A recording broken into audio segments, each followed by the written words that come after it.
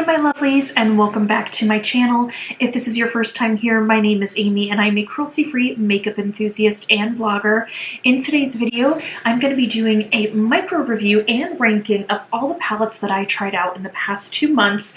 I'm going to try to do this monthly. I have a bunch of them. This is more than normal. Some things had been gifted to me and others I had purchased, and then some of these are residual, kind of leftover from back in August that I never really got to fully review for you all. So with that being said, if you are interested in how these palettes rank on my list and for micro reviews, then keep on watching.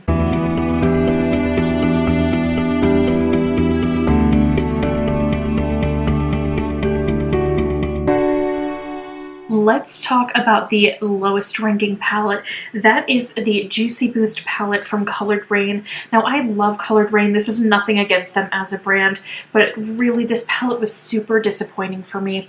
I remember when this first came out, I was so excited because look how bright and vibrant this is. This is also a vegan palette, which I thought was very exciting. But the first disappointment came in these really beautiful metallics here. Unfortunately, if I bring this up closer to you, you can see how they came up broken. The first time that I tipped this upright to play with it, all these kind of shattered and fell out everywhere. And apparently this is a very common occurrence for people who purchase this palette. My friend Yessie actually had the exact same experience. So unfortunately, these, although while beautiful, they don't pack the punch that you would think they do. Like, I was expecting to have like almost like a wet look on the eye, like really blinding, really metallic. And these were pretty, but they didn't give me that punch that I really wanted. The same with the mattes. They're just not as pigmented as you think that they would be, and unfortunately they take a lot of effort to pack on the pigment and blend out. These were so difficult to work with, and because they weren't as pigmented as I wanted them to be, and due to the price, because I think it's over $50 this palette retails for, I just don't think it's worth it. I wouldn't recommend this palette. I don't know what it is about these expensive palettes lately, but my second to least favorite is actually the Natasha Denona Glam palette. Now, let me preface this by saying I don't dislike this palette. It's just not my favorite, especially for the price, because I think this retails for $60 or $65. This was my first Natasha Denona palette purchase, and I just really thought the color story was quite beautiful.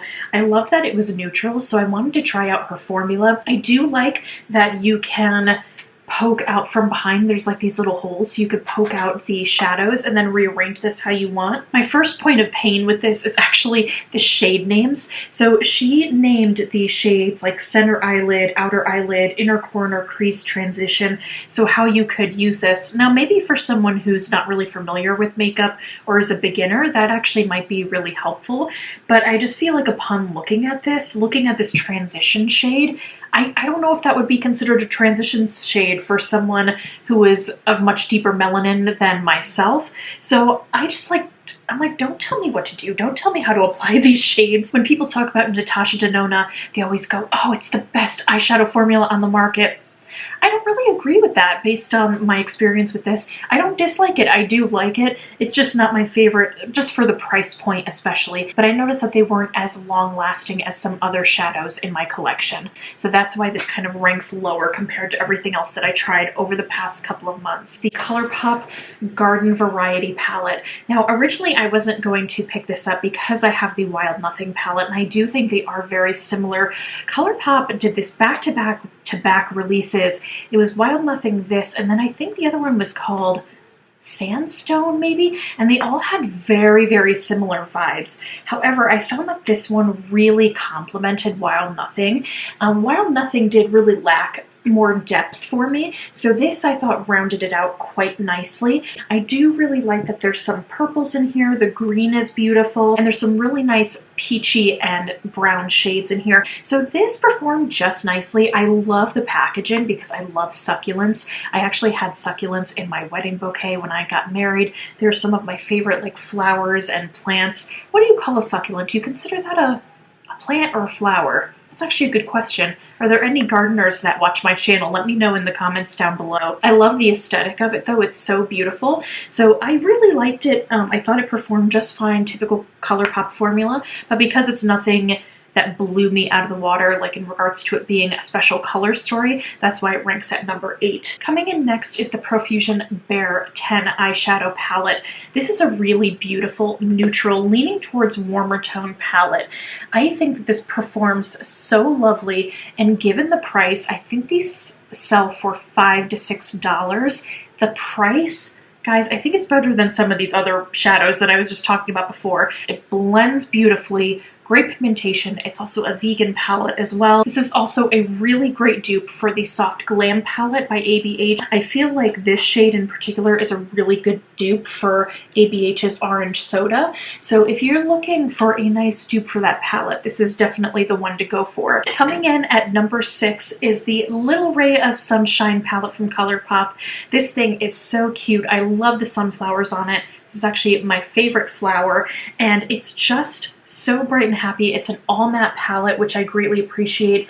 There's a nice balance of honey and marigold and brown. It looks really good, especially when you're transitioning from the summer to the fall. The blendability is great. The price is great. I just really think it's a wonderful eyeshadow palette, and I really appreciate that it's all mattes, because I think you can take shimmers from other palettes and work with this. It's also a vegan palette, and I do think it's actually better than the Honey palette from Colourpop, which I decluttered earlier this year. This one I prefer a lot more when it comes to yellows. At number 5, we have the Hocus Pocus Gather Round Sisters palette. This was so much fun. I'm a 90s kid. I love Hocus Pocus so much. I've already watched it twice this year. It just makes me so happy every time I watch it, and it's just such a feel-good, fun movie.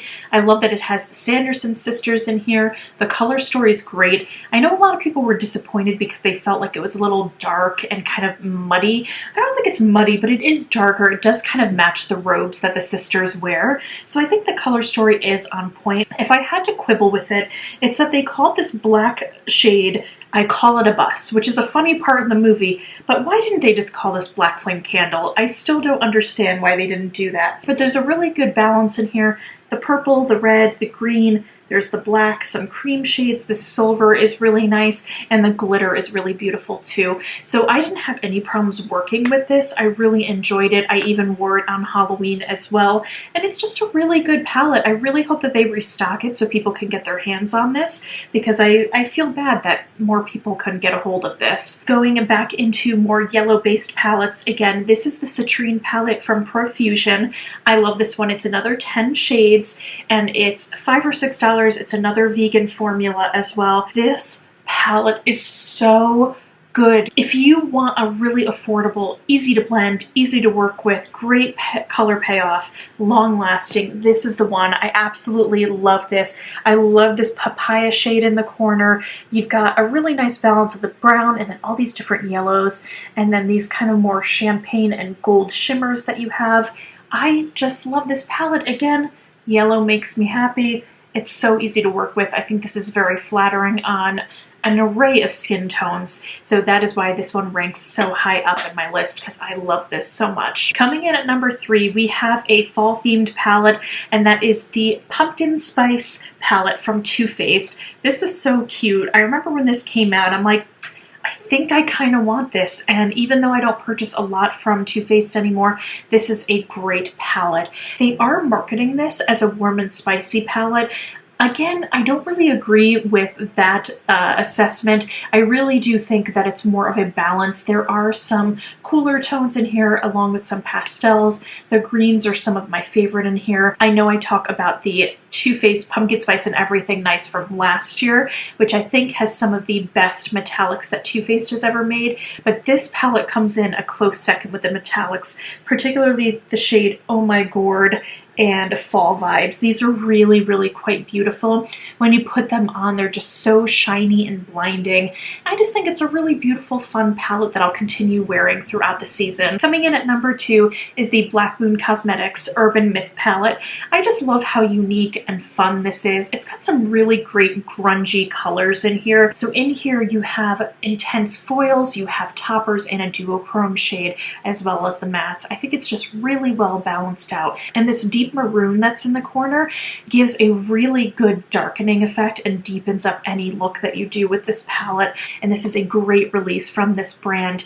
The formula on this reminds me a lot of ABH or Dose of Colors because there's a bit more of a powdery kick up to them, but I don't mind that at all. I just kick off the excess, but it really helps with blending the shades. I think it makes a really good gradient happen, and I just really enjoyed working with this. Wow, my lighting is all over the place today, guys. I'm sorry. We're having like a huge windstorm, and the sun keeps on going in and out of this room, so my ring light is like freaking out. So I apologize if the light is wonky throughout this video. Coming in at number 1, last but certainly not least, this is the Clary Cosmetics Juicy Peach palette.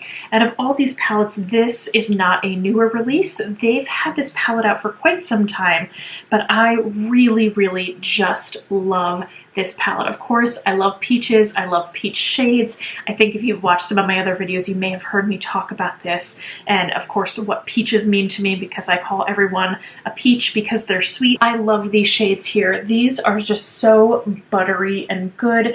You have such a great balance of darker shades, lighter shades, and of course, metallics. They're so creamy. These are probably some of the creamiest, most buttery shades that I have in my collection, and I'm so excited to try out more from Clary. They're an independent Black-owned brand. All their products are vegan as well, and I've just been really impressed from what I've tried from this brand. So that being said, this is my absolute favorite. Alrighty, my lovelies, that is it for me today. That is the ranking and micro reviews of the 10 palettes that I've tried out in the past 2 months. Have you tried out any palettes over the past couple of months? How have you liked them? Comment down below. Are there any that I should be trying? I love to hear from you guys. And if you made it this far, remember to comment a little peach emoji down in the comment section below because you are sweet like a peach. Thanks so much again, and until next time, remember to stay compassionate and chic. Bye!